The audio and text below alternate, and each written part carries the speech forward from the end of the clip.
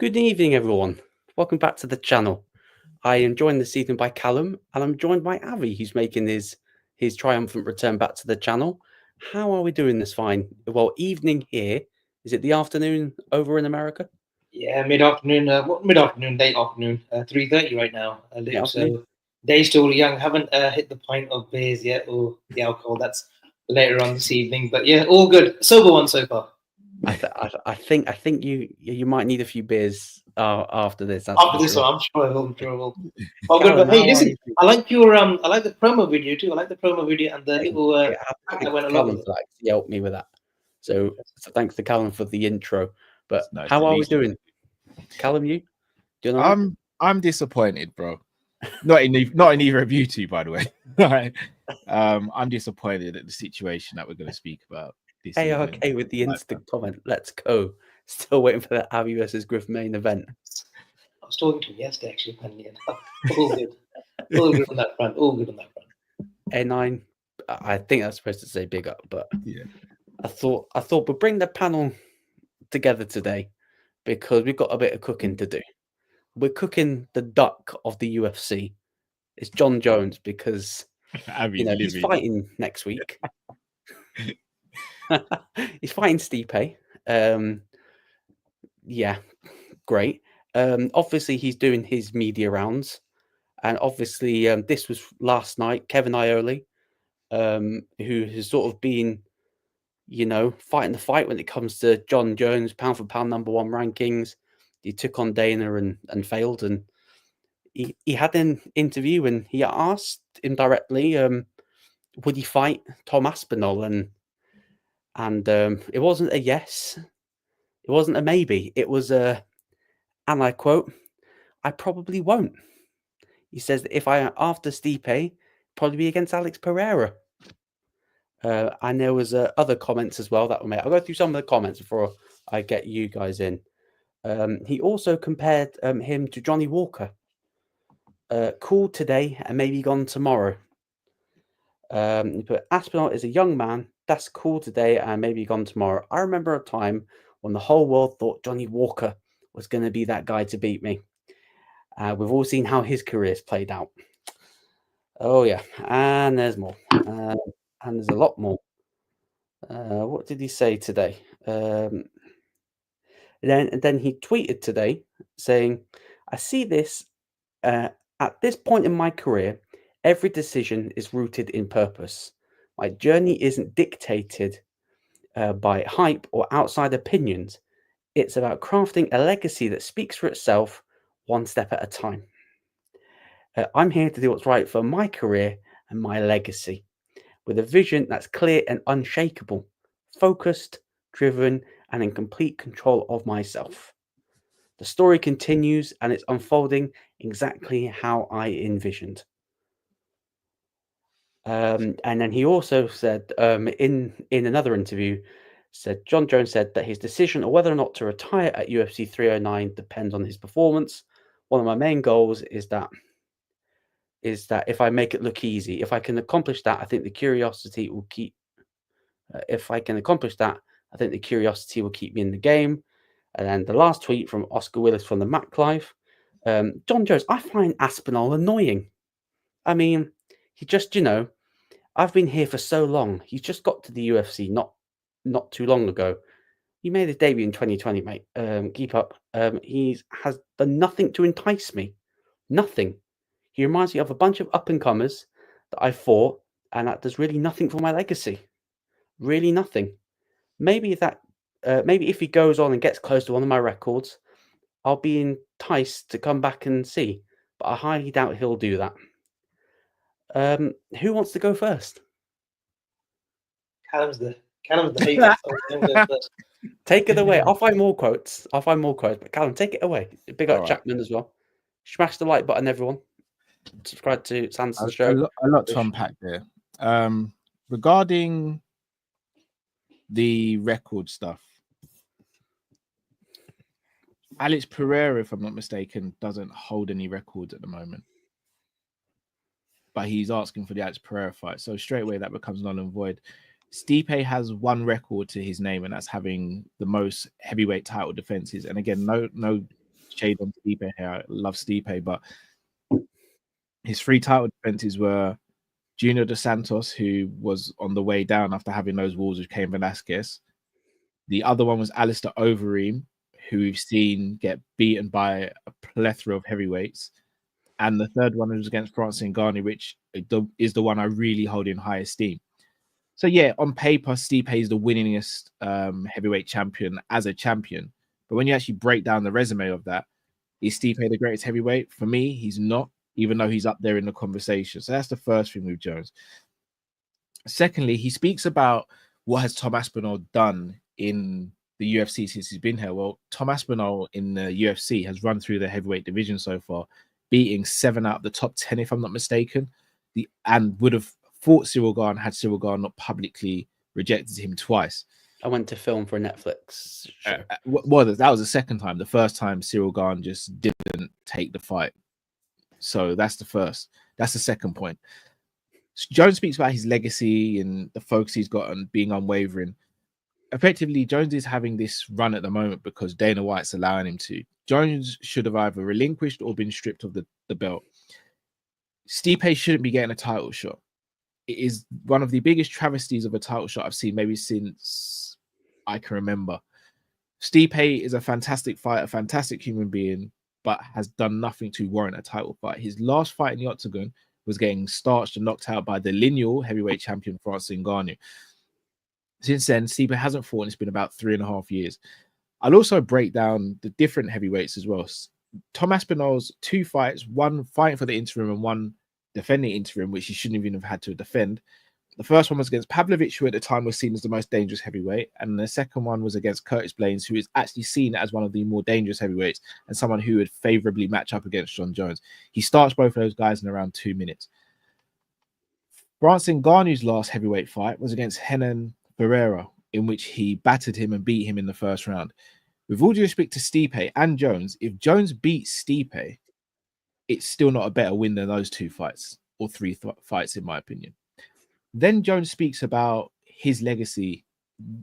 With all due respect, there's 2 conversations here. There's your legacy and there's what's right for the heavyweight division. You can do the 2 separately. You can have this legacy fight with Stipe without the belt attached to it, and you can go and have that fight with Alex Pereira if you want to. Him having the belt or not having the belt doesn't mean anything to me at this stage. The heavyweight division has now been completely obliterated, in my opinion. Because let's say Jones, in my opinion, who beats Stipe quite easily, wins the fight. He either retires or fights Alex Pereira. If he retires, then Aspinall will have to fight Cyril Gane for the vacant belt. And let's say Aspinall wins that, then Aspinall would have been 8 out of the top 10. Who's there for Aspinall to fight? No one, because no one's considered a clear contender now. Not to mention, you're saying you want to fight Alex Pereira, who not long ago was a 185-pounder. He's then gone up to 205 and done magical work there. But he's not cleared out the division. There's a certain Ankalaev there who still needs to fight. Jones is now cherry-picking someone who he knows hasn't got the wrestling of him. So, yes, there's an absolute danger of Pereira. Everyone in the world knows that. But favorably, stylistically, that fight suits him way more than Aspinall, who can also grapple and grapple very, very well. So he's trying to cherry-pick someone who's a light division, like he did with Israel Adesanya, and then trying to get something that's going to be looking fantastic on his record. But he speaks about his record and his legacy. His record's aging like cheese at the moment. Because his last fights have been Thiago Santos, who, let's be honest, has not done much in the sport. Say again? No knee Santos. He blew out his knees, Santos. Exactly, during the fight. Dominic Reyes, who has been stopped numerous times since that fight and won that fight. Anthony Lionheart-Smith, who has been stopped numerous times since that fight and beaten up badly since then a few times. You've got Vincent Prue on there. Jones doesn't realize it. Dana doesn't realize it. But the more they do what they're doing, the worse it's actually going to be for Jon Jones. They are trying to manufacture the quote-unquote Michael Jordan of MMA. You can't manufacture that. It's built. Is he one of the most... No. Is he the most talented MMA fighter of all time? Absolutely. Is he the GOAT? For me, no, because of the implications of some of the strikes he's had. But is he in the top 3 of the conversation? At worst, he's third best. But the notion that he doesn't feel as though he has to fight the interim title holder is disgusting And it makes me think how self-centered and entitled he is, because he was that not that long ago, he was that kid who needed that opportunity against Shogun. Shogun could have gone a completely different route, but Shogun was a man about it and said, no, he's the number one contender. He's the most deserving. I'm going to give him the fight. That's it for me. Avi, you're the John Jones Defense League.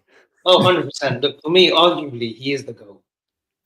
He's had his troubles. I think every great athlete has always had his fair share of problems. By the way, sorry to cut you, Avi. When I speak about his shortcomings, I'm not talking about like the picogram and all that stuff. Yeah, I'm talking about like from a sporting aspect, like the failed drugs test and stuff. Supposedly. We're talking about little salts in the sea. Look, Callum, come on. You know that too. Look, he is arguably the greatest combat sportsman of all time, right? When we're talking about Floyd Mayweather, we've got to be talking about John Jones. In the whole sort of influx of combat sport, when we're talking about boxing, UFC, MMA, and whatnot, okay? I've always said there's sometimes there's generations. We've got the older generation. And John Jones he was an Aspinall. When he was first coming through with his wrestling, with his technique, with his, 180 elbows, we were thinking, who's this athlete? He was going through that list, gets to fight Beda for the #1 title championship contender fight, gets the Shogun win. Then he went on to this another incredible run, Machida, and he was rolling off the names, Quinton Jackson, Rampage, Rashad, who was, funnily enough, from the same stable as him until when he left. Look, he's gone through a list of fighters, great fighters, at light heavyweight, granted. He makes that step up. This Miocic fight, again, I think it's 2 years too late. Cal, you just said that it was, the last time that Miocic fought was 3.5 years ago. Yeah. So he's been that younger generation. He's been in that peak generation. And now he's the elder statesman. What's he now? 36, 37 years old now? John Jones. And then you've got an upcoming fighter at 31 in Aspinall, who's got the knockout power, who looks as though he should be, not this lineal or interim champion. He should be the champion. He's got the credentials to be the champion. Yeah. But how much has John Jones got left in the tank as well? This fight with Miocic has always been the offing, so he can't do anything about that right now. And maybe it's a good payday for him next week. The Pereira fight, it's a big payday. It is a big payday. Whether they fight, I don't think Pereira is going to be stepping up to heavyweight. If Jones is meeting him at 205, I'm not too sure. You guys probably know. Go back down. So Pereira is going up. I feel that Pereira and John Jones is more appealing outside of the England market, if you get what I mean. In terms of the American market and probably, I'm talking about the European market outside of England, that Pereira-John Jones fight, that's a super fight. That's a Khabib and GSP almost, that potential sort of Anderson and GSP sort of dream fight that we've been looking for. Granted, Aspinall should be getting a title shot against John Jones. But if John Jones packs it in after the Pereira fight, you cannot give him slack. I don't think he deserves that criticism. Oh, look, you ducked this. Because there'll always be that next person after. And you guys have said, no, it's only Aspinall that he should be fighting. If he gets through Aspinall, then fair enough. He can put his gloves up the middle of the octagon and walk away. But there's always going to be that inkling, but there's one more fight in him. There's one more fight in him. I think, honestly, John Jones could have retired post Reyes, maybe, when he was going through his difficulties and stuff. And I think there will always be that conversation. And he did give himself a break, but I think that was because of the legal issues that he was getting himself, the trouble that he was getting himself in outside of the octagon. But John Jones' resume, as of now, if he was to retire as of now, he's flawless, guys. I think there was rumors only a couple of weeks ago, they're trying to overturn the Hamill result as well. Dana White is still working non-stop to get that overturned. I know he's been busy with the elections. He's trying to overturn that result. That's embarrassing. So for me, when people say, John Jones, I get it from you guys, right? And I'm a Brit. Look, I want to see a Brit champion. But if John Jones packs it in, like after the Miocic fight, and maybe he packs it in after the Pereira fight, you can't hold him to that. I really don't think you can hold him to that. Aspinall's come into maybe the generation where he's going to obliterate the fighters that he has. He's beaten, 7 out of the top 10, you said, Callum? Yeah. And that weight division it's very light. I don't see enough great fighters in that division as it is. I tell you who put a spanner in this works was PFL when they took Ngannou, when they offered him this share of the business. That's what's messed this up. because ideally what we wanted to see was a dream fight that we'll never get to see, which was Ngannou and John Jones. We could have seen it, just Avi. Jones didn't want the fight. I think the figures didn't match up. Yeah, fair enough. You can say that John Jones didn't want it. Maybe it was a numbers game as well, Callum. But the numbers that Ngannou's getting, he's fought what, once or twice in 3-4 years in this PFL. Well, once in MMA. Boxing, all right, but here's where I don't buy the money argument, Avi. Even though John Jones has said it so many times, as soon as Francis went and Cyril Gane was the opponent, back straight away. There was no talk about money. There was no talk about anything. When it was Francis, it was pay me, or I'm not doing it. But as soon as Francis goes, Cyril Gane's there. Why was there not that same energy for Cyril Gane? Look, I think you've always got to be a little bit apprehensive. Look, Ngannou he had that power, and similar to what you lot are saying now about Aspinall, he's got that power. But I don't think John Jones ever, and the athlete as he is, and you guys know his aura and the way he comes across, has ever been afraid of a fight. Come on, guys. He has fought when people have put him frightened of a fight. I think he's frightened to lose, and I think he's choosing the opponents that give him the best chance to win. Callum, every great fight, you know this, Floyd Mayweather, they always want to protect that legacy. I think GSP ducked a few fights. No, I think GSP ducked maybe a few fights in his tenure. Could he have gone on another year or two? 100% he could have. No, but GSP actually had a medical condition. I'm glad you mentioned Floyd though, because this is the issue I have. What do we all say about boxing? The fights don't happen when they're meant to happen. We always say the politics, the business of boxing stinks.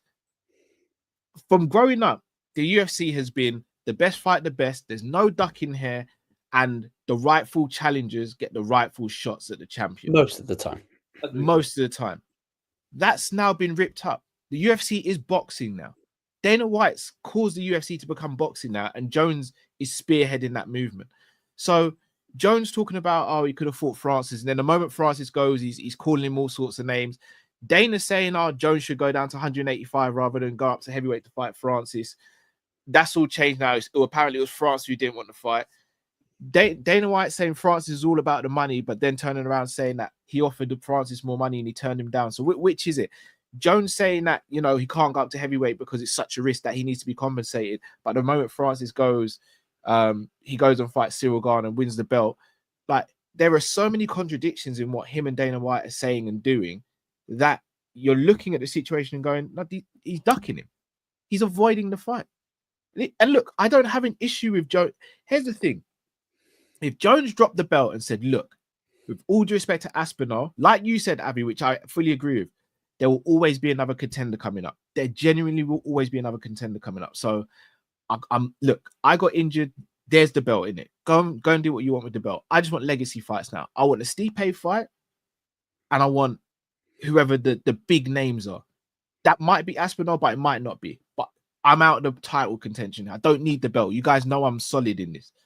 Joe, if you took the belt away from Jones right now, his legacy doesn't suddenly diminish. His legacy is still stamped. So he's holding the division hostage for the sake of a pretty piece of gold. It is egotistical to the max. He doesn't need the belt. It's the belt has been put on him because Francis Ngannou is in another organization. So Dana White needs the belt to be on John Jones because John Jones, they can sell the notion that John Jones would have beaten Francis Ngannou. Because if the belt was just on Tom Aspinall, the question is still there. Who's better, Francis or Tom? Dana doesn't want to have that question. He doesn't want that debate. He wants to be known as having the best fighter in every division, being a champion. He can't do that at heavyweight. And he still can't with Jones, but he can push the narrative a bit more because Jones is considered one of the GOATs. And that's what it comes down to. It comes down to Dana's ego and Jones's ego. And it is damaging not just the heavyweight division, but potentially the future of the UFC. Because right now, why fight for an interim belt? It's not guaranteeing you anything. Yeah, it doesn't solidify your reign as such. The one thing I have, I'm just checking up his record, John Jones's. He's fighting, well, prior to the break that he had from 2020 to 2023. Prior to that, he was fighting once a year. He did 2 fights in 2019. So he fights Stipe next week. He's done for the year. That's his one fight. And then he's going to fight again. He's got another one. Say if Pereira is the next fight, that will take him up to the... So we're looking at around 38, 39 if they manage to make this Aspinall fight. Listen, don't get me wrong. I want to see it because I think it'll be a one-dimensional fight, and I think Jones will dominate Aspinall. I don't think he will trade with him. I think he will go to his superior, what he knows best, his wrestling, and I know he likes to stand up with the best of them. I know we've seen him struggle against Reyes, Gustafsson first time round. Even Cormier, the first fight, he won it, but he was still sort of, and I get the range, and Cormier was a little bit of a smaller fighter, but he was troubling Jones. I mean, forget, Thiago Santos gave him a fight. Thiago Santos gave Jones a great fight until he had that little bit of a leg. I had Santos win. Arguably, someone said that. Arguably, there were people who were saying that Santos should have nicked it. Unfortunately, the sport does boil down to money. I think back in the day when UFC didn't have so many advertisers, when they didn't have prima donna sort of characters as such, Callum, look, I think Conor McGregor, when he came, he changed that. He changed that outlook. He knew that, look, Jones, I'm not going to make enough money unless it. I become a personality away from the game and within the game. And then everyone's followed suit. You see Shane O'Malley, he's a character. They're different to what they are in real life now because they've got to sell themselves. They've become a product. And unfortunately, whereas boxing now, we've got the Saudis that have come in and they've gone back to basics again. They're making the best fights. Riyadh team, they're making whoever's on form, whoever's on top of the game, they're making those fights. And everyone's enjoying that. UFC now have gone to where boxing has, where they don't have different promoters like Bob Arum and Oscar De La Hoya, Don King, and that. They've got one promoter, but they're protecting the brand. And that's the unfortunate thing. For what it's worth, I think if the money's right, I think they will make this John Jones Aspinall fight. And I don't think it'll be in the US either. I think could be potentially in England. And I think they'll give him enough money, they'll offer him enough money, John can say, look, this is your final fight, to cement your legacy, whatever you got to do, whatever money needs to make this happen, because I don't think Dana White can let this slip up now. Because of the Ngannou and Jones failure, I don't think he can make this same mistake twice with John Jones and Aspinall. So I do believe it does happen. But when? I don't know. It has to happen sooner or later. Because if Jones is already talking it out in the atmosphere saying, Pereira is probably going to be my last fight, but in that same time, Aspinall needs to be active. Aspinall needs to be active because post-fight, he can call him out. And I think there's going to be so much pressure that you can't say no. Whether John Jones wants to protect his legacy or not, there'll be far too much pressure from all media outlets to say, you need to take this fight. I'll just go through some of the comments here quickly. Sorry, guys. So I've got, it's Doomstone. If John were to fight Aspinall and win, it would age better than what people think, because Tom is still young and will continue to dominate people like he always has. Sorry, just on that. Yeah. Floyd beating Canelo. Remember how young Canelo was? Look how well that's aged. Facts. Pereira will carry that John Jones fight on his back, pay-per-view wise. Jones is a menace. Told Pereira Aspinall clear he's starting a new beef. Francis would have been John's biggest ever payday by a large margin. Francis can grapple with John. Not so sure. Cyril had no wrestling. That's what made Francis look comparable when they were wrestling each other. Francis had no knees in that fight. ARK said John Jones' biggest payday would be a man like Matt. Of course, he's ducking. Can I ask you both a question? Do you not want to see Pereira versus Jones? Yeah, but after Pereira, after Aspinall. Yeah. But I do agree with you. I fully agree with you that Pereira versus Jones is a bigger fight. Absolutely agree. And that Saudis are definitely losing money, though, but it's worth it for the sports washing. Allegedly. But I think, but even then, I think I saw Chael said that, they're going to book Pereira versus Aspinall in January for the interim title. And then the winner of that fight's Jones. But okay, we've spoken about Jones, but Aspinall, he is the backup. He is the backup. He's not going to get the shot afterwards because Jones has made it clear. What does Tom Aspinall need to do fight week to sort of make it abundantly clear that he is the guy? Does he need to? Is he in New York next week? Yeah, he's in New York next week because he's the backup fighter, so he's going to weigh in. For me, personally, he's going to have to get really under his skin. He needs to be at the press conference. Yes, Tom is he doesn't want to insult people. Yeah, you're going to have to chuck that out the window because because John Jones isn't buying this. Yeah, you're nice. You're going to have to show up in the blonde wig and be his wife. When Like- they put the numbers and figures in front of him, he has to turn into a different character. Look, Colby Covington. Let me tell you about Colby Covington. You guys will know this as well. Yeah. He's actually a good man away from the support. He was going to be cut from Dana White, but Dana White said, "You need to change something because you're a boring fighter, but you need to change something within your personality." He became a rat. He became a total. I don't want to say it on your show, but he became a total proud of himself. I can use stronger words. See Right. you next Tuesday, basically. People hate him now. There's genuine hate for Kobe, right? For everything that he's done within the UFC. But away from the UFC, you talk to people about what he does with charity organizations and all this and all that. He's actually a top guy. Even I think 2 weeks ago they did an interview with who's the guy, the BMF, Masvidal. And Masvidal said, "Listen, I know I've had my run-ins with him at Miami and whatnot, and the nightclub and whatnot. But this guy has been told that you need to change your whole persona for this sport because you're not drawing anything in." And he was on the verge of being cut. Even though his record was sort of flawless, he was on the verge of being cut. Very similar to DJ. DJ always stayed within himself, though. DJ wasn't a fake. That's why he is one of the greatest as well. He's up the 100% top 3 for sure, Demetrius. But he never wanted to be this show pony or do things on the mic. Didn't care about PPV. He just wanted to solidify his legacy and his fighting style. And 10 years down the line, people will always remember Demetrius Johnson because of the way he fights. Absolutely. And whether he went to one championship in Singapore and whether he didn't make money or what money, his legacy between the true UFC fans, between the true MMA fans, is solidified. And we're talking about the top 3. He's not needed UFC for the last 5-7 years.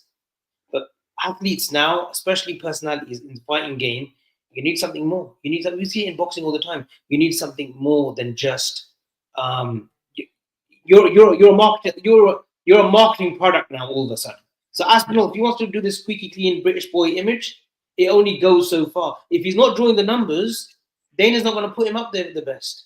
Yeah, well, he did respond, obviously, like his Insta with John Jones said he's not done much. Then listed, Callum's laptop's playing up. He'll join, but he listed he listed everything he's done, like the shortest fight time, UFC history, crossed off the names he's beaten.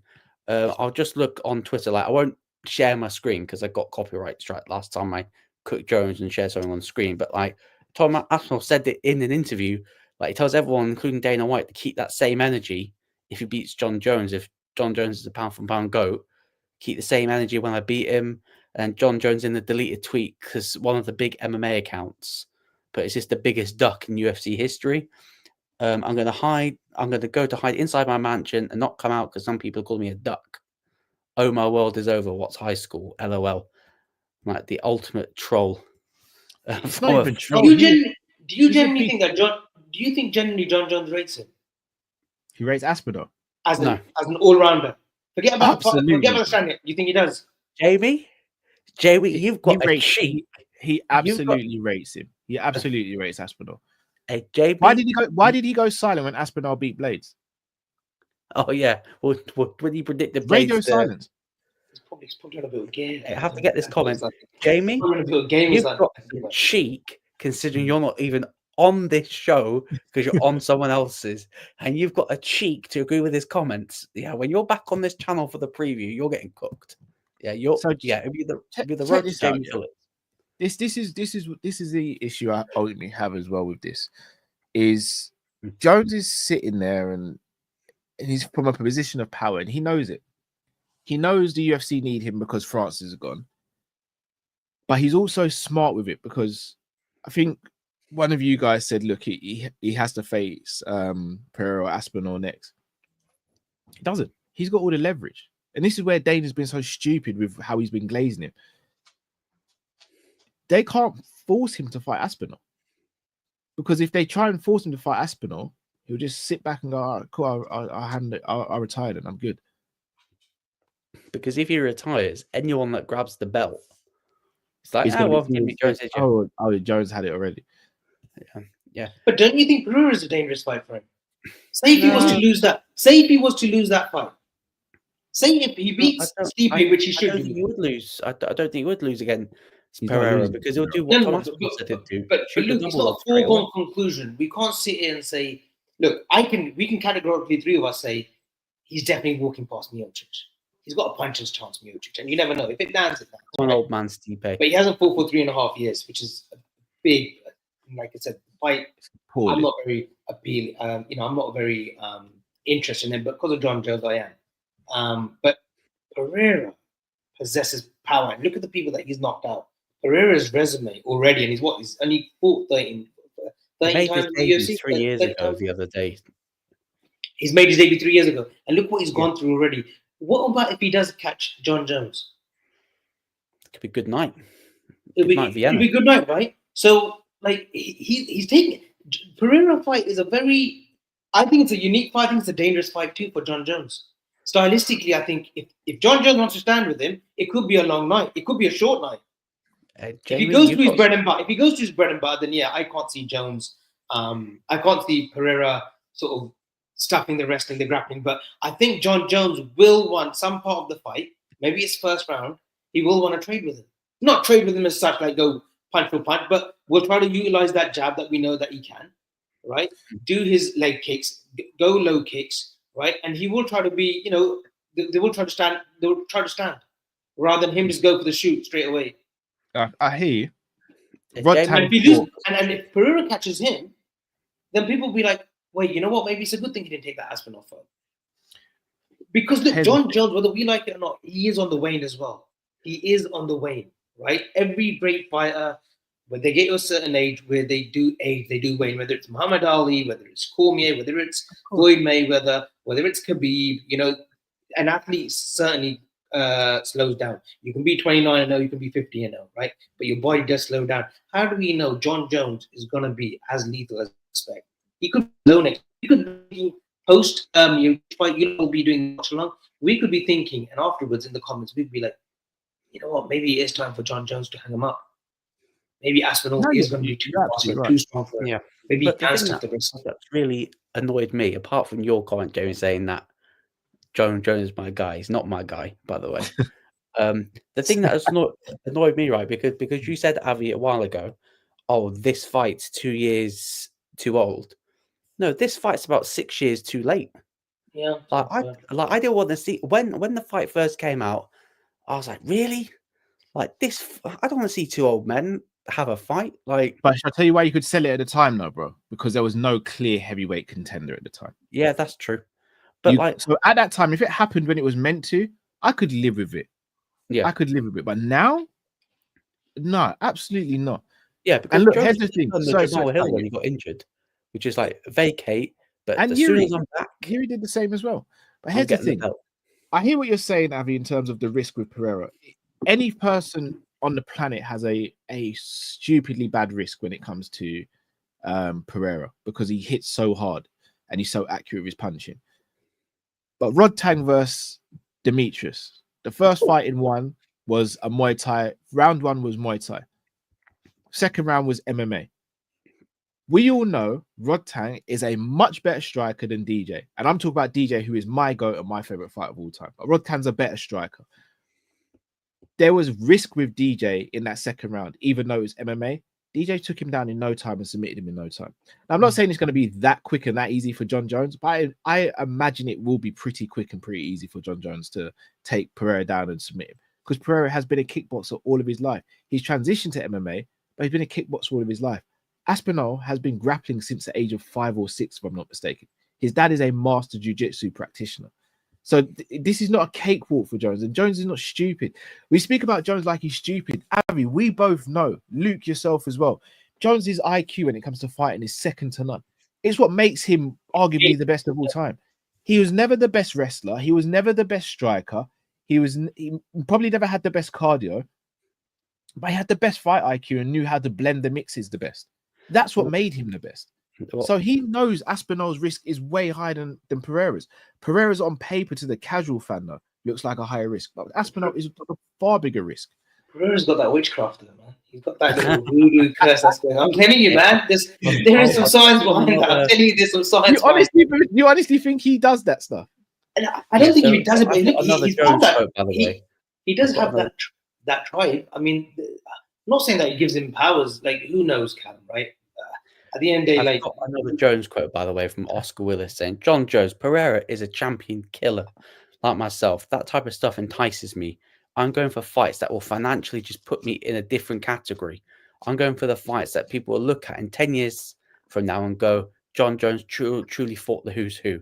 I'm done with the guys that are trying to build the name for themselves, like Aspinall, you know, the Francis Ngannou's of the world, the Pereiras of the world, proven guys. But He if never you fought really wanted Francis. Francis Ngannou, you would have made that fight happen instead of The spending guy 3 makes me years. sick.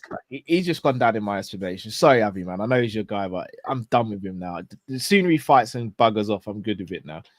Yeah, it's like the thing is, right, it's like there's been plenty of instances where we're like, oh, that dream fight never quite happened because the stars never sort of aligned, like GSP, Anderson Silva, Francis versus Jones, and but let's be honest, like if John Jones really wanted to prove he was the best heavyweight, he would have jumped up to heavyweight a long time ago, where the caliber of heavyweights were a lot better than some of the heavyweights that are knocking but around now. he's been marshaled well. I'll tell you why he's been marshaled well as well, because of Jackson as well. Where he trains out of from Albuquerque. What's his first name? Phil Jackson. What's his first name? Phil Jackson. Red Jackson. What's it? Jackson Wink Jim. It's not. I don't think he's still there. No, he changed camps, but now he's alternating between the two because he went with Cejudo as well, didn't he? Where Cejudo trains. But what's his first name? Greg Jackson. Greg Jackson. That's it. Greg Jackson was a huge influence on John Jones, especially in the light heavyweight division as well. Like, he marshaled him, and then obviously he went through his issues and whatnot, and substance abuse and whatever. Look, in every sport, there's always going to be timelines where they get missed. Like, I'm a big Formula One fan, right?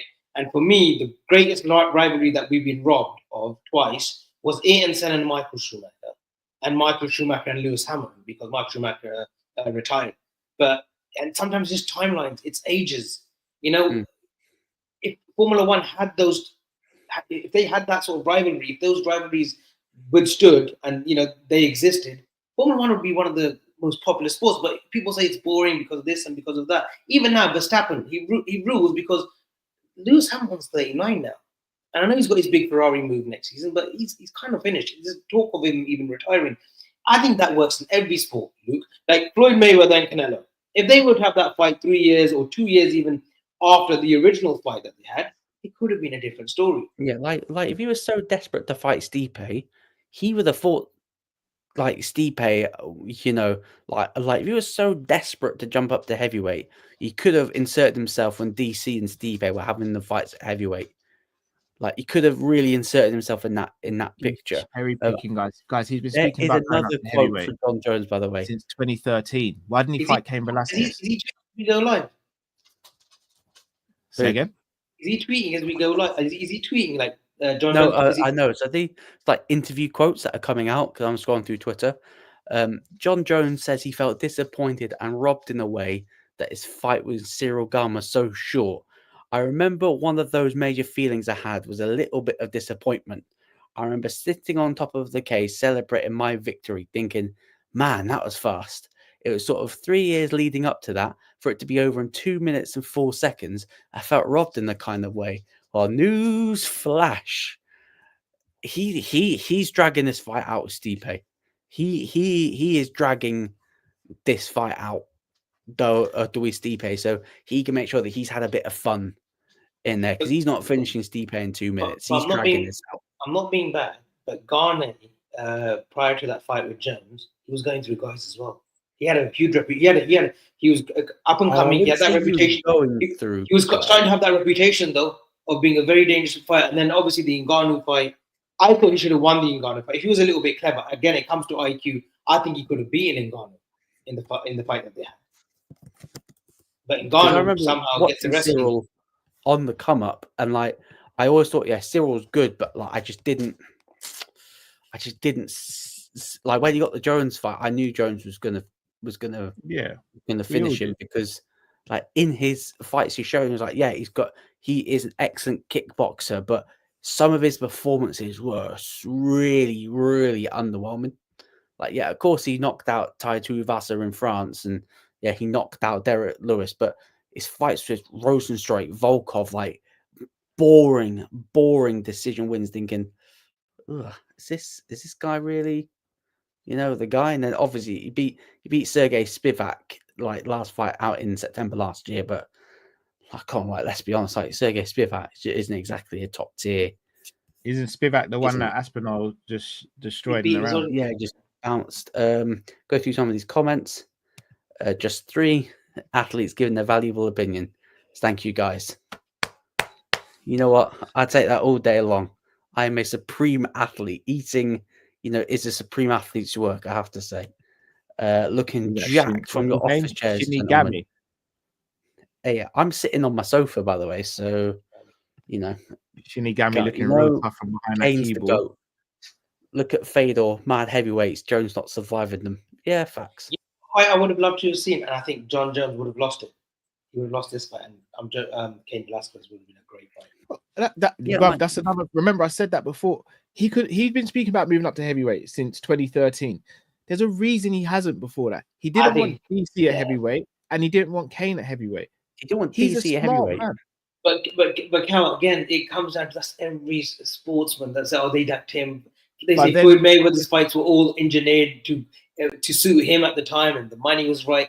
It's every athlete, and this is what I mean. Like, he can only beat what's in front of him. Why can't we ever appreciate that? Whoever he fights in front of him, and he beats. Like, to be fair, the Miocic fight does nothing for him now next week.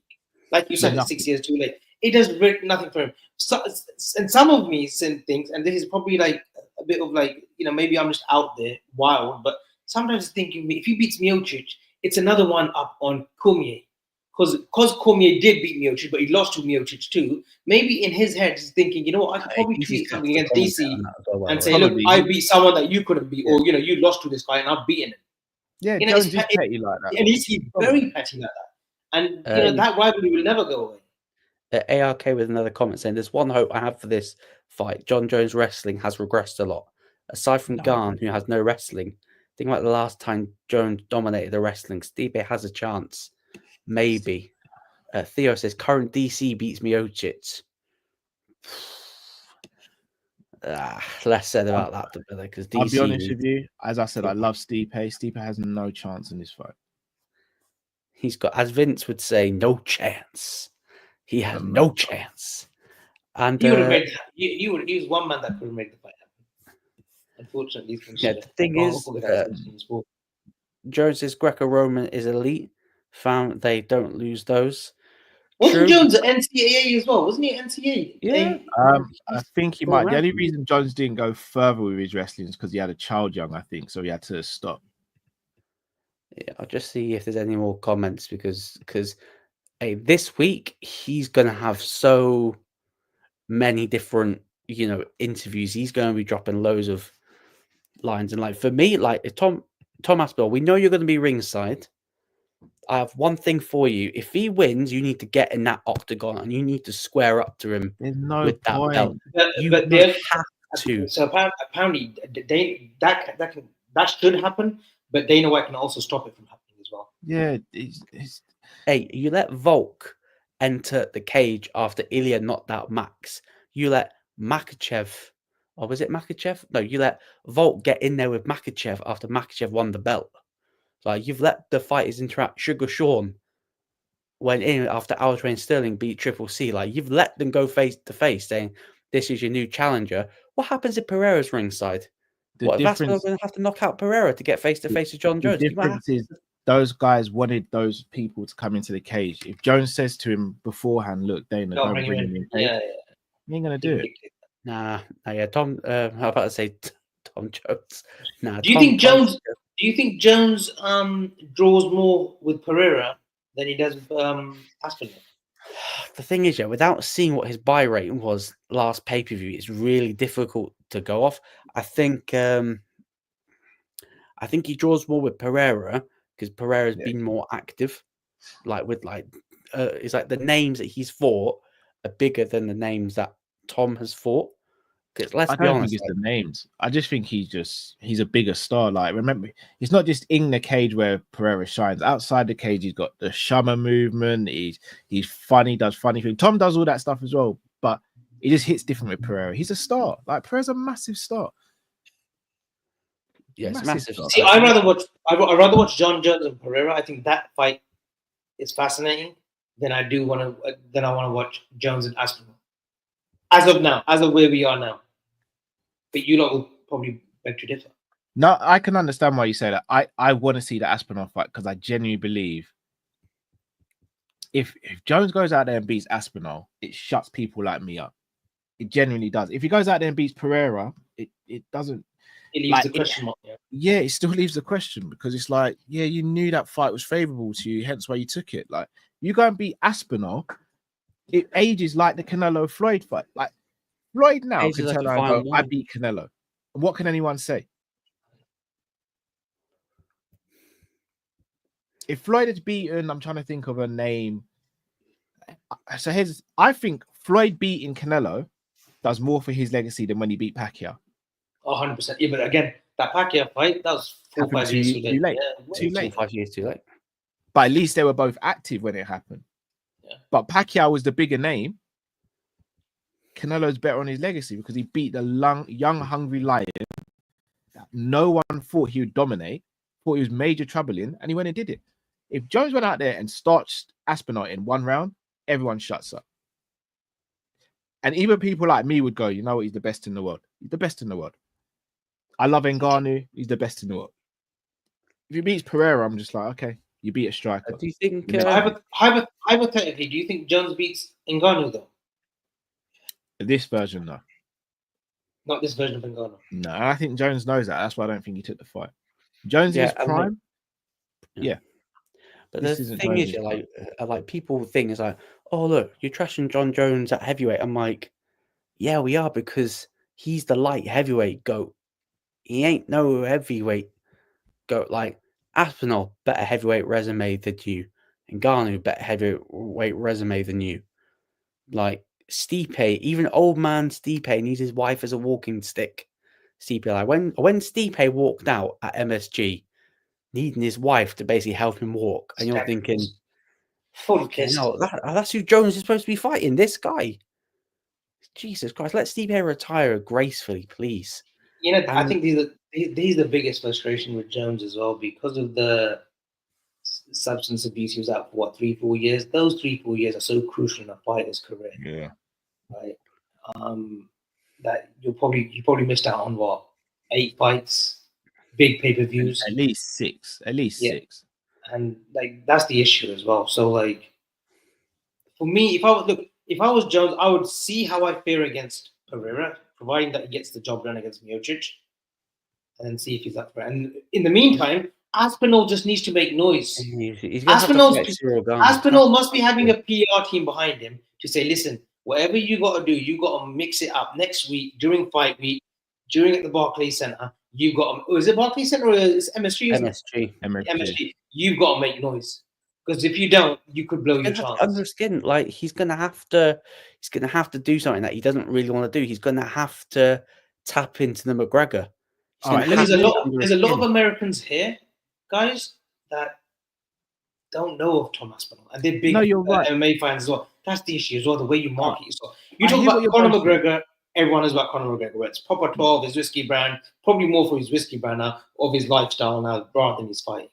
If you, and I hang around with people when we go to Wild Wings and whatnot on a Saturday, and you guys are on, and you talk about fighters outside of the US. No one wants to know. Bo Nickal's a bigger name here than Tom Aspinall, and Bo Nickal's is starting off. He's only had 3 fights, and you talk about Tom Aspinall, who's gone through the roster, 7 out of the top 10. You're talking about KOs. And people are like, but I do blame this on that's as much as Dana as I blame it on. Well, I sort of blame it on Tom, but I this is where my biggest thing with the UFC is, because you're not promoting these up and comers. You're spending more time promoting Jones slap. Like the slap start pisses me off. Dana pisses me off. It's like, the big pay-per-views, I haven't really got a passion for it anymore. Got a passion for the Contender Series. Mate, do your boxing and fuck off, please. Like, do your boxing that you're so desperate to do, that Saudi may give you the backing. And I just don't like it when fighters have great performances, and it's like, oh, got to talk about John Jones, man. Mate, John Jones not fought on the card. Islam gets his biggest win of the year against Dustin, and it's like, you want to talk about Jones? Shut up, please. Inadvertently, during the commentary, post-commentary after that fight next week, I tell you someone who could ruffle the feathers, DC. No, DC Bisping, because Bisping said Bisping, DC, or Joe, one of them could say, look, Tom Aspinall's the real deal. I think Tom Aspinall's the only one that should be fighting John Jones now. Because Bisping's the one that stuck his head above the parapet on his podcast. The company has he come out and said it? As we're discussing now, said if John Jones said no to Tom Aspinall, strip him. Because as Khabib said, it is number one bullshit, brother. Number one bullshit. If he's not fighting, like, this is Bisping company man Bisping, who loves slap. Like, all the commentators love slap. John Anik downing beer in Abu Dhabi, like in Saudi. Surprised he's not been arrested, a sort of thing. Like, and plus, I guarantee you, they're all going to go, oh my God, man, Pereira. God, we're going to get John Jones versus Pereira, man. Aspinall's going to have to fight Cyril. Because that's the narrative, because we don't listen to commentary during the watch-alongs. And I'm sort of glad that we don't. Whoa. Jamie's trolling. You're not even on the stream, my friend. He's such a troll. On the stream. Can I say something, guys? You say Tom has to go out of his way and really, project himself this week. I don't think it makes a difference. Jones has made his mind up. I don't think Tom Aspinall acting out or acting a fool is going to make Jones go. That's it. I'm gonna beat him up now. Jones is just going to be like. I think it actually pushes him the other way. If Aspinall starts going at Jones, I think it makes Jones go, I'm not going to give him the time of day. I actually think Aspinall will be better off going, do you know what? Why do I want to fight an old man in Jones? Like, really playing to his ear. Why do I fight an old man in Jones? The guy can barely string punches together. He looks slow. You're thinking the reverse psychology. Yeah, reverse psychology. Possibly, yeah. Be like, I don't want to fight. Just be like, Jones does nothing for my legacy. The guy's a bum now. And only if John Jones poorly performance, if he puts in a poor performance against Miocic, like say he goes to a decision, which I know we don't think he will, but say if he goes to a decision, right, like a bull fest, it's a wrestling, I totally agree with Callum. He should totally do reverse psychology and say, listen, you guys really want to put him up against me, an old man against me now? I think that's the way he gets to fight, because I think that's how you get to John Jones. I think you have to actually attack his ego. His ego is his biggest thing. He wants everyone to call him the GOAT. So what do? You don't call him the GOAT. Don't call him the GOAT. Be like, if Aspinall, after the fight, Aspinall goes out and goes, you guys are calling this guy the GOAT, the guy that struggled with Stipe, who's been out for 3.5 months. Didn't Francis starch him in 2 rounds? It's like, you don't want to put him in there with me. Look, I'm done chasing the John Jones fight because it does nothing for my legacy. I bet you that makes John Jones sit up and go, who's he think he is? I'm John. I think that's the way you get him. If you go in there and you're like, I want the Jones for it, I want Jones. He's meant to be the best. I'm meant to be the best. And Jones is going to be like, don't care. Because Alex Pereira hasn't spoken about Jones once. You realize this, boys? He's not mentioned John Jones' name once. He's not even said he's going up to heavyweight. But who's Jones talking about? Sharma. And he's just, Jamie, you'll be there soon. I don't know whether or not we'll be there long enough, but we'll try to be on for much sport. Everyone send their comments in as well. How Shannon Briggs got into Rampage Jackson's head. LOL. Drugs are a powerful thing. No, them two are just fun. They're he's a funny fucker, Shannon Briggs. You know what he did with the Klitschko when he found him on the lake? Oh my days, that was funny as fucking that was funny.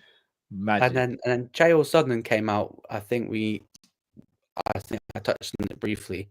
Chael says he has a good reason to believe that the UFC are looking to put Aspinall versus Pereira for the interim belt at 311 on January the 18th. The winner of that will fight the winner of Jones Stipe. I have maintained that Pereira's next fight will be against Tom Aspinall. It'll be for the interim title. I even know I believe when it's going to be. It's going to be mid-January in California. I think they're going to find a way to get those two together, and the winner takes on Jones or Stipe. I've seen Dana White be 2-3 steps ahead. I'm telling you now, I believe the direction they're looking to go if everything works out, is Aspinall Pereira. That doesn't make sense though, because Islam and Sarukian's been booked for the 18th. They're not going to Unless put they're that. going to make that co-main event, and They're not going to make that the co-main event. That's You a good can't one. make Alex Pereira is not a co-main event fighter. Is the No, Islam no. fight not They'll in make Islam co-main is it event. in the US, that fight? It's in LA. It's in Yeah. LA. Was it in Yes. LA? I think they said England was. Yeah, 312s in Sydney. Yeah, so they're not going to do it Australia. If they're going to do the Aspinall and Pereira fight, they do that in the UK, or else it makes Oh, no they would sense. definitely. Oh my God, you could do that. At, you would definitely do that at Wembley or something. Just don't put it on at 6 a.m. main event, please. No, I don't think they will this time. But that's where they do it. If you're going to build a UK card and you want it to be Aspinall versus Pereira, you do it in the UK main event, and then you do something like Leon Edwards versus, I don't know, MVP on the co-main or something like that, or Ian Gary versus MVP if Ian Gary comes through his next fight. They've had that Alex fight, Pereira cannot be. Alex Pereira and Islam Makhachev are two fighters right now who can't be co-main events. Can't be. They're too big. I'm surprised they haven't fast tracked Ian Gary either. Well, Same. I think he's a champion in waiting. He's fighting. So Tampa. Chael Sonnen's another one. You remember Chael Sonnen when he fought Anderson Silva the first time round? Anderson didn't want a piece of him. Anderson said, like, hey, ARK, don't diss Indy. Indy's been getting stuff on the money recently. It's got nothing. So Indy's hit rate's been pretty darn good. So less of that. Sonnen got his chance, and listen, Chael was seconds away from winning that fight too. Until Anderson submitted him, and like the second fight was a non-contest because Anderson just pulled out the submission out of nowhere. But yeah, I think Gary's facing Buckley. Covington called out Madalena. Rakhmonov Usman. Interim title apparently that he wants it for. Bilal's out for 6 weeks, mate. You don't need an interim belt for that. I need an interim. Scrap these interim belts because as soon as 309's done, people are going to be calling for the interim belt to be scrapped because they would have just pissed all over it when Pereira gets the next title shot. Because the interim belt makes it look cheap. I don't like it. Even the fighters don't think it's the real belt. Remember when Gaethje beat Ferguson and Govin just chucked the interim belt? Was like, I want the real one. He did say he regretted doing that. Yeah, I'll be honest. I don't know if you guys agree. I actually think they should make the interim belt silver, or I don't think it should be the same as the actual undisputed belt. Plus, it means more merch for the guys as well because they can sell it online. You know what I hate? I hate the interim. Interim, because some people hold on to the interim belt for like 6-7 months and they still don't get a fight. It gets cancelled. I think if a fighter gets injured, so let's say like Jones taking a year now, right? He's taken a year out of this fight with Garner. He's fighting Stipe now. Like in that year, if he's not active, he's got to relinquish the title. You've got to be active. Have his talent ID maybe worse than Cal. Gary a champion way. Oh, he is. I think Gary's brilliant. He's a brilliant fighter. I think he's got work to do. His last two performances weren't. Yeah, I'm still very. Well, MVP's elusive. That's always going to be an awkward fight stylistically, right? Jeff Neal was the performance I was more pissed off with. He spent most of the time running around the octagon, like running away from him. That's what I got more pissed about. Was of course the MVP fight was difficult, and MVP basically turned him into a wrestler. But I thought the Jeff Neal performance was like you're looking for a real signature knockout win against top 10 plus, thinking, Ian Garry's the guy. Look what he did to Michael Venom Page. Look what he did to Jeff Neal, and he got 2 decisions. And let's be honest, the crowd were booing him for both those fights in the end. And he's not a particular popular character because what's been going on with basically him and his wife and his social media stuff, like still sharing with the ex, like his missus with the book How to Be a Wag and stuff like that. I'll better not say too much because I know a certain YouTuber got a cease and desist letter from Ian Gary. Really? Oh yeah. Ian Gary is a bad boy. Avi, I've been telling him the boys are sleeping on him. No, I know. I said he's a good fighter. Just don't think he's championship level. I think he'll do title shots. Shavkat will do horrendous things to the Irishman.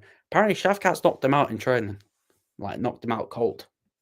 That's I'm a big fan of Shavkat. But Shavkat's a killer as well. But MMA guru, yeah, it was him. It was him that got the cease and desist letter. And Manon Ferro called out Valentina Shevchenko, saying, "Stop making the people wait. Let's do it soon enough so I can send you into a retirement home and move on." Well, yeah, that fight's not happening because they'll give it'd be Valentina Whaley before to give Ferro the title shot. Sorry, champ versus champ. Shavkat moves Laura Sanko differently. Yep, makes a week at the knees. Good old Laura. See if there's anything else. Wonder if John Jones has said anything else. Volk's getting the itch as he's posted. Don't think there's anything else. Who's Volk fighting next? Have they set him up with anyone yet? Looking like Diego Lopez in Sydney. I'll be honest, I think that's a terrible fight for Volk. I think he's on the wane. I think he's on the wane as well. Oh no, actually, he wants the title shot, but he wants Sydney. Ilya's like, no, we're in Spain, and I'm fighting in Spain. Ilya holds the cards in that division. You can't dictate where Ilya fights. Hey, Drickus wants to fight in South Africa, but I think he's going to be defending the belt against Hamzat in Perth. I think that's the possibility. Because he doesn't want to, because Drickus is when, yeah, Sean Strickland, yeah, not fighting you again, mate. Hamzat's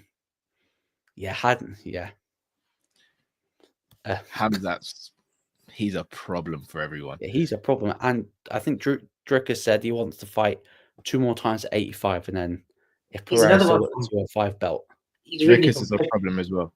Yeah, but Hamzat's another one, isn't he? From Chechnya, isn't he? Yeah, Chechnya, Dagestan, same area. Yeah, now that's a certain Donald Trump's back. I'm sure he'll be fighting in America real soon. Laura Sanko weak at the knees. I can't yeah, say that's wild. I can't say that. That is wild. That is wild. I think that'll be it. I don't think is there anything else that you guys want to add about John Jones? Do you think he's been cooked enough? We're built different in South Africa. Got any closing statements? I think next Saturday will be interesting to see what kind of John Jones we get next Saturday. And all fight week, Aspinall needs to do something different to what he's been doing. If he wants to be in the presser, he has to ignore him, guys. We've all been in long-term relationships and stuff. If you're overbearing to a woman, she is going to get put off, and the moment you kind of take a step back and say, "Look, I'm going to let you do your thing. I'm here if you need me." That's when things start going good, right? If you are too overbearing, you push someone away. Aspinall has got to ignore John Jones. Don't even speak about him this week. Every time you speak about him, just ignore him. Be like, he doesn't want to fight me because he knows he's scared. He doesn't want to fight me. If he's at ringside and he gets the opportunity to walk in, then he's got to walk in. No, at that point, yeah, you walk in. But up until that point, ignore him. Anytime someone asks you in the interview, what's your thoughts on John Jones and what he said? Oh, I understand why he's saying that, because he knows if he gets in there with me, he's got no chance. Whereas if he gets in there with Alex Pereira, he knows he can win. He knows he's got no chance with me. He's on his way out. He's slow. He's just not the guy anymore. That's why he's not taking the fight with me. I understand it. I'd do the same thing if I was him. Straight face, straight answers like that. And Tommaso can pull it off as well. He can pull it off. But not he wants to. Don't glaze John Jones. If you want to fight with John Jones, ignore him. And throw underhanded back compliments at him. Be like, oh, his best years are behind him. That's why he doesn't want to fight me. It makes sense. I wouldn't do it either. I get a visit from Jones. No, I might get a visit from his brother. That's even worse. It's up to them. Yeah, I might get a visit from my brother. You're right. Have you got anything else you want to say, like the closing argument? No, look, there's always going to be pro and against, especially with John Jones, especially what he's been through. and what he's done as well. There's always going to be for or against. His legacy is always going to be sort of tainted. I understand all that, but look, he is arguably one of the greatest. Even Callum says, look, away from that, he's a top 3, right? And that's what. And look at the fights that we've seen, since UFC started, or whenever we got into it, the fighters that come through, right? He's still, and we all agree that he's probably is top 3 fighter. Let's see what happens with Miocic. It might not be an easy ride as we think. I think he walks through him. It could be totally different. We don't know fight night, and then go from there. If Pereira is the fight, I can understand why they've gone that direction, because unfortunately, it is beyond outside of England. America is a big market share, and Pereira and Jones probably will sell more pay-per-view buys than Jones and Aspinall as of now. I think my closing argument about it. But I think it happens. I do think Jones and Aspinall, Jones wins, Aspinall keeps active. It does happen within 2 years. Or a year and a half. 18 months, it's got to happen. Otherwise, he's if it doesn't happen in 2025, it doesn't happen at all. I'm saying now, if it gets to 2026 and they've not fought, it's not happening. So preparing for Pereira and Aspinall in the same calendar year ain't happening. No, I think they'll get Pereira and Aspinall to fight, and they'll fight the winner. So I think that'll happen. Like with regards to this, no doubt John Jones technically he's one of the best fighters. He's not my GOAT. For me, he's lucky to still be in the sport for reasons that we've not really discussed. But if it was my way, he'd be banned completely because he is a drugs cheat. No different to TJ, by the way. No different to TJ. And we've blacklisted TJ. Forgot what TJ did in his run at bantamweight, but John Jones, and I just one last thing. When's the last time a UFC legend got to go out on their own terms? GSP? Apart from GSP. Because as soon as GSP done that, Dana never let a legend do that. Khabib. Yeah, and sort of Khabib, because Khabib gave Dana no choice. Like sort of sprung it on Dana last minute. Went, oh shit, what? You're tired? Fucking hell, like not even the money can. Cejudo kind of did it, didn't he? I know he's come back. Yeah, and then he came back because he realised that Dana wasn't going to give him the cheese. He's like, what? You're leaving? Yeah, see you later. Yeah, you don't draw money for me, so I will leave you. But like he's let legends, I think Robbie Lawler left on his own terms as well. Yeah, Robbie Lawler and Silver didn't leave on his own terms. Dana sort of shoved him out real quick, gave him a shitty ending. By the way, got knocked out by Uriah Hall in front of no fans, by the way. Yeah, that hurts. Crying in Uriah Hall's arms. He's one fighter that I thought was going to go all the way after watching the Ultimate Fighter. Uriah Hall. Everyone did, bro. Everyone did. I think he was apparently he suffered from anxiety a lot as well. Yeah. I also think him getting that knockout win was the best and worst thing that happened to him. I think it's the best roundhouse kick. Yeah. It gave him the notoriety and the fame. I think that really messed with his head because he just saw. I think that was the first time in his life he probably saw that's how dangerous I am. Ngannou left on his own terms. I mean, guys, like legends coming to like the end of their career. Like when have they left out on their own terms rather than being flicked out, like kicked out the door? Tito on his own terms. Pardon? Yeah. Ortiz. Tito. Ortiz. Oh, Tito. Dana's favorite fighter. Yeah, he definitely got booted out the back door. He's just dangerous. You know what? Zabit, man. That's why he left, I don't know. But you know, fair play to him. He wanted to complete his doctorate. He had some health issues, but Zabit was the one. His brother's really good. He's got a brother. He's got a younger brother, Zabit. Yeah, again, another one from that region, Dagestan, Chechnya. And you know, someone for a while was my favorite fighter. You know, sure. Yeah, he's battled with Chuck Liddell. A lot younger then. But someone put something about War Machine. But you know what? They played with War Machine. He's found God. He's doing his thing in prison. I'm guessing he's still inside, right? Yeah, he's never going out. He's never going out. But he has become a reformed character. So everyone deserves a second chance regardless. Right, guys. I think we'll wrap it up there this evening. Over an hour in. Massive thanks to Callum and massive thanks to you, Avi. Thanks for always having me on. No, I appreciate it. No word of Liverpool FSG either. So all things are good. No, I'm sure we'll touch on a little bit on that off camera afterwards, but But Avi, shout out the channel. I'll add it in the description after this is finished. So it's not there at the moment, but it'll be there as soon as this is finished. I'll put it in. But make sure to subscribe to Born a Red. I got it right, Born a Red. I am subscribed. Born a Red, yeah, nice one. Yeah, I'm just help him out when I can on Fridays and Sundays. So yeah, upcoming. You know, we're trying to get to the levels of Coppish, but hey, listen, they're the parameter. We'll try to rise up. You'll get But, that, man. You'll get it's Alex blushing right there. He's blushing right there, Callum. You can't see it. I've always said it as well. Like Coppish, they were the first football channel. AFTV aside, and I'm a Liverpool fan, but AFTV were always sort of like addicted to the fan craze. But Drifty, Matt, and Callum, man, top guys. Even before I think Callum was even on there, they used to have another original crew. So been following him since 2019, 2018.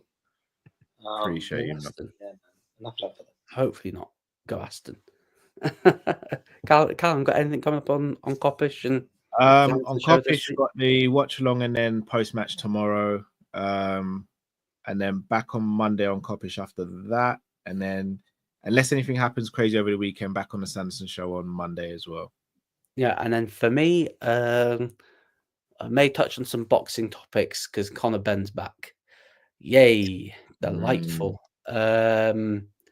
Obviously, the preview for UFC 309. Jamie's going to answer for his crimes. I think I'll be getting possibly your brother. Is he joining one of the videos? Cal's gonna. He said he definitely did a watch long. He said he'll see about his work schedule for when he can jump on as well. Yeah, so Jamie's going to answer for his crimes. Calvin's going to possibly make his debut, and he'll answer for his crimes as well. I'll check on your boy Sharky. He's been moving mad recently. What's Sharky been doing? By the way, I don't know. I know who Sharky is. I don't actually know him. What's he been doing? Don't know what's he been doing. But two people got to answer for their crimes next week over the John Jones stuff. But yeah, everyone smash the like, hit the subscribe button, subscribe to Sanderson Show, Coppish, Born a Red. Subscribe to this channel as well, and we will see you all very, very soon. There you go.